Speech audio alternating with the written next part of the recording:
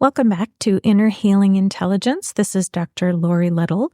Today in episode 17, we're going to talk about self-esteem.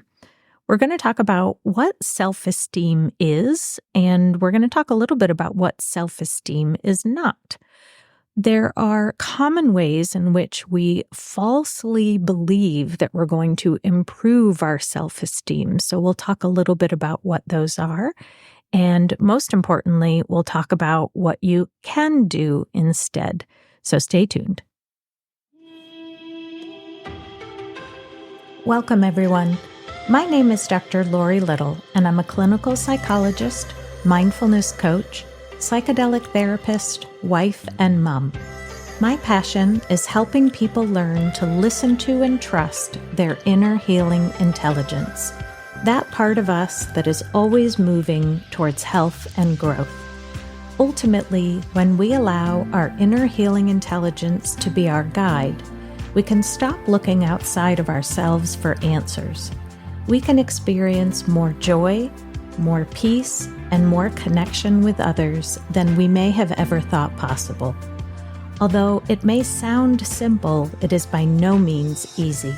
Join me as we discuss the many challenges and opportunities that listening to your inner healing intelligence can bring to your life. How do you define self-esteem? You might think about self-esteem as how much you like yourself or how good you feel about yourself. You might even consider self-esteem the same as self-confidence. People have varying definitions of self-esteem, but for today, for our purposes, I want you to consider self-esteem as your own personal sense of worthiness. How worthy do I think I am inherently as a human being? And this is a very nuanced definition because certainly there's overlap between the things I mentioned before, like self-confidence or how good you feel about yourself.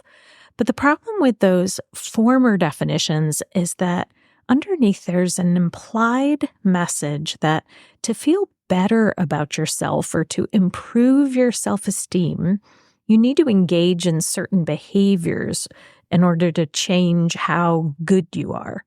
You might hear people say, for example, to improve your self-esteem, write out all of the positive aspects about yourself to remind yourself that you do things well. Or you might hear, think about all of the successful projects you have completed. Or even think about how many people like you and care about you. Doing those things might feel good in the moment, and I'm not suggesting that you don't do those things, but I would suggest that they are really not improving your feeling of self-worth at all, and in some ways, they could actually be harming it. Self-esteem or self-worth at its core is knowing that you were born worthy.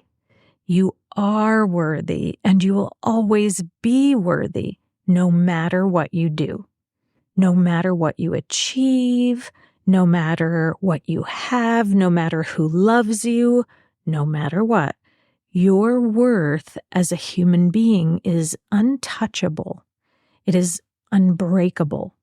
So to suggest that you need to look at your good qualities within yourself to achieve self-esteem is actually really missing the whole thing. Looking at qualities about yourself is possibly a way to improve your self-confidence, but it's not going to improve your self-esteem.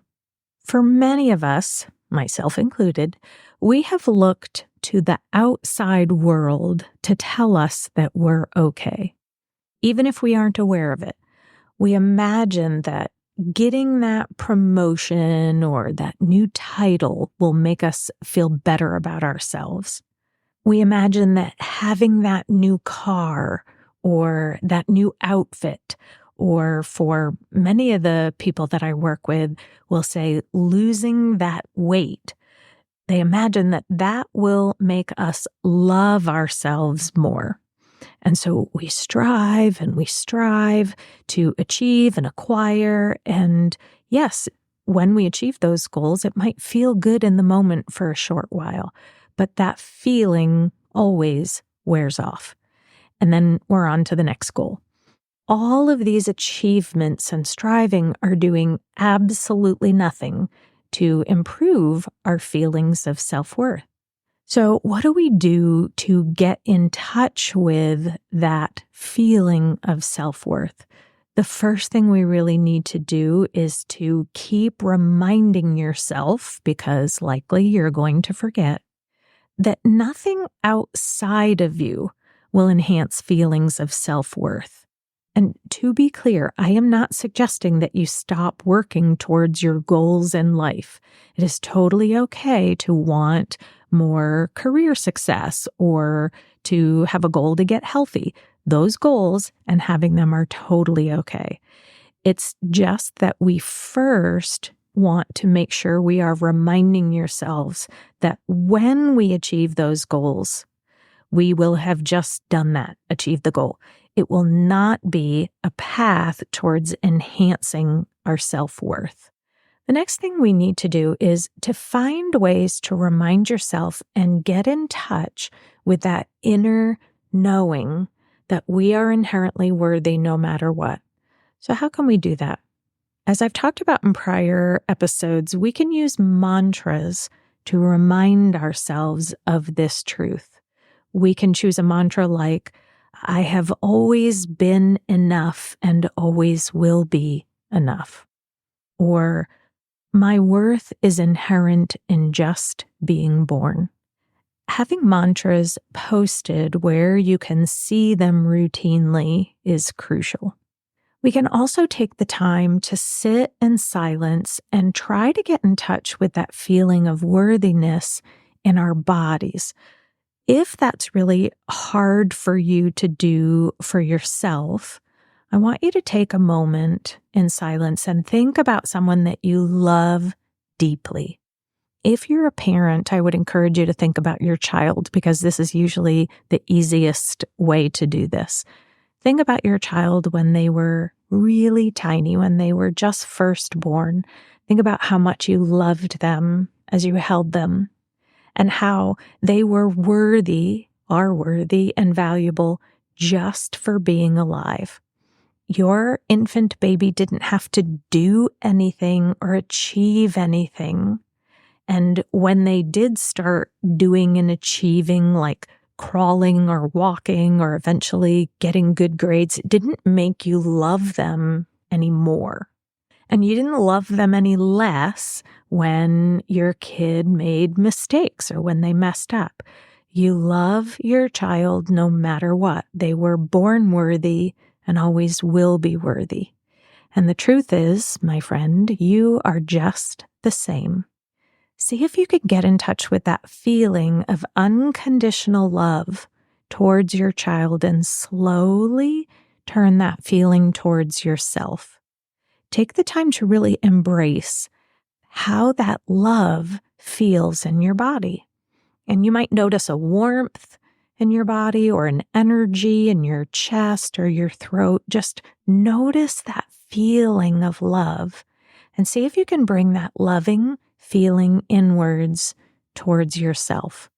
Lastly, notice how self-compassion is critical to increasing your ability to feel that sense of worthiness and self-esteem. When you make a mistake, do you beat yourself up? Do you put yourself down with thoughts like, oh my God, you're so stupid, or I can't believe I effed that up again? When you notice yourself being very self-critical, try to practice the pause and ask yourself, what would I say to my friend or my partner or my child if they did the same thing? And then I want you to say that to yourself. Self-compassion is the act of being kind towards yourself at all times, but it's really especially important when we have made a mistake. And as you practice more self-compassion, you will more quickly get in touch with that feeling of love and grace for yourself. You will come back to the truth of your inherent worth. You might feel disappointed in the mistake, that's understandable, but you will slowly begin to recognize that our mistakes do not change our worth or our value or anything at all about who we are. I hope this episode has been helpful for you.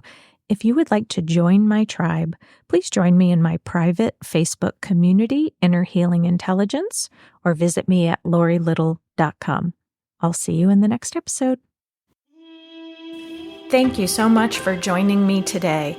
If you'd like to learn more, you can reach me at LoriLittle.com, where I share additional free resources and lots of information.